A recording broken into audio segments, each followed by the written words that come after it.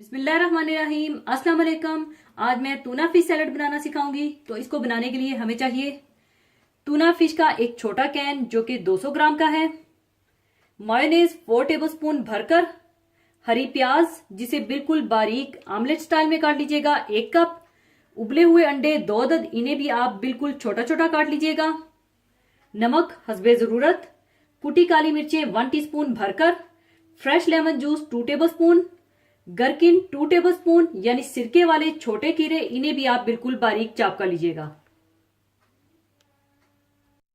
सबसे पहले tuna fish का एक्स्ट्रा ऑयल या पानी निकाल दीजिएगा और इसे एक बर्तन में डालकर हाथों की मदद से इसका रेशा रेशा अलग कर लीजिएगा या हाथों से मसलकर अलग अलग कर लीजिएगा।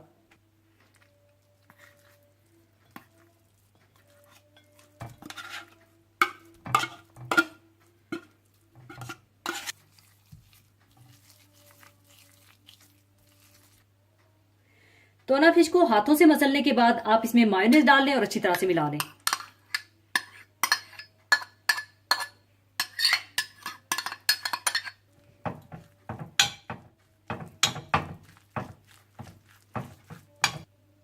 अच्छी तरह मायोनेज मिक्स करने के बाद आप इसमें कुटी हुई काली मिर्चें, नमक, फ्रेश लेमन जूस और गरकिन, इन्हें भी अच्छी तरह से मिला लें।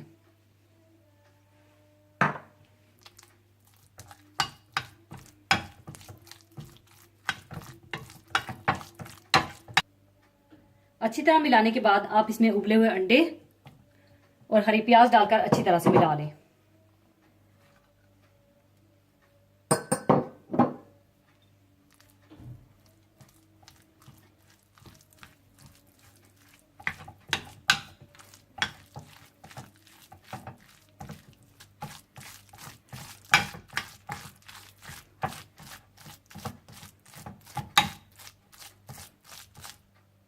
लीजिए, टूना फिश सैलेड तैयार है। अब इसे मैं सर्विंग प्लेट में डाल दूंगी।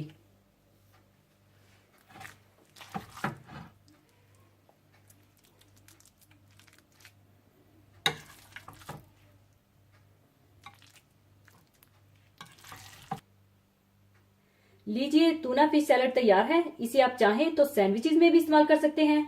जरूर बनाइएगा। और जाने से पहले हमेशा की तरह एक हदीसे पाक शेयर करना चाहूंगी। हदीसे पाक इस तरह से है। हजरत अबू हुरैरा रजी अल्लाह ताला अन्हो से रवायत है कि रसूलुल्लाह सल्लल्लाहु अलैहि वसल्लम ने फरमाया, अगर तुम्हारी लड़की या लड़के के बारे में कोई रिश्ता मिल जाए कि जिसकी दीनदारी और इखलाक पर तुम राजी और मुतमईन हो, तो बिला ताखीर इससे अपनी औलाद का निकाह कर दो। अगर तुमने ऐसा ना किया तो जमीन के अंदर बड़ा फितना और बहुत फसाद बर्पा होगा। निकाह इंसानी जिंदगी की ऐसी जरूरत है जैसे हवा, पानी वगैरह। इस्लाम निकाह के सिलसिले में लंबे चौड़े इंतजामात को कोई अहमियत नहीं देता। शरीयत इस्लामी में निकाह इस कदर आसान है कि 2 शरई गवाहों की मौजूदगी में एक मर्द और एक औरत का एक दूसरे को कबूल कर लेना निकाह को कायम कर देता है। इसलिए कि जिस मुआशरे में निकाह आम होगा वहां जिना मुश्किल, और जहां मामला इसके बरअक्स होगा तो फिर इस मुआशरे में जिना और गलत ताल्लुकात आम होंगे। इस हदीस में रसूलुल्लाह सल्लल्लाहु अलैहि वसल्लम ने लड़की या लड़के के निकाह का मयार दीनदार और बाइखलाक होना करार फरमाया है और हदायत फरमाई है कि अगर ऐसा रिश्ता मिल जाए तो निकाह कर दो। फिर फरमाया, अगर ऐसा नहीं किया गया बल्कि दीन के बजाय हुस्नो सूरत, मालो दौलत या ऊंचे खानदान को देखा और निकाह में देर की, तो इसके नतीजे में फितना और फसाद पैदा होगा। लड़के और लड़कियां गुनाह आलूद जिंदगी गुजारने पर मजबूर होंगे, जिससे वालिदैन और खानदान मुआशरे में बदनाम और जलील होंगे। जिना की कसरत होगी और इन सब का वबाल इन वालिदैन या सरपरस्तों पर पड़ेगा जो उसके जिम्मेदार हैं। हजरत हसन बसरी रजी अल्लाह से एक शख्स ने दरियाफ्त किया, हजरत मेरी लड़की शादी के काबिल है, इसके लिए बहुत से लोग रिश्ते के ख्वाहिशमंद हैं। अब लड़के के इंतखाब के बारे में आपकी राय क्या है? फरमाया, ऐसे लड़के का इंतखाब करो जिसके दिल में अल्लाह का खौफ हो, यानी तकवा और दीनदारी हो, और वो तुम्हारी लड़की से मोहब्बत करे और उसकी मोहब्बत में ताजीमो एहतराम का पहलू भी हो कि किसी वजह से नाराज हो तो जुल्मो ज्यादती ना करे। यानी लड़का अपनी बीवी से दीनो इखलाक के लिहाज से मोहब्बत करने वाला हो। मोहब्बत का सबब हुस्नो जमाल और माल ना हो, क्योंकि जब दीन और इखलाक की बुनियाद पर मोहब्बत का ताल्लुक कायम होगा तो उसके साथ एहतराम और अजमत भी होगी।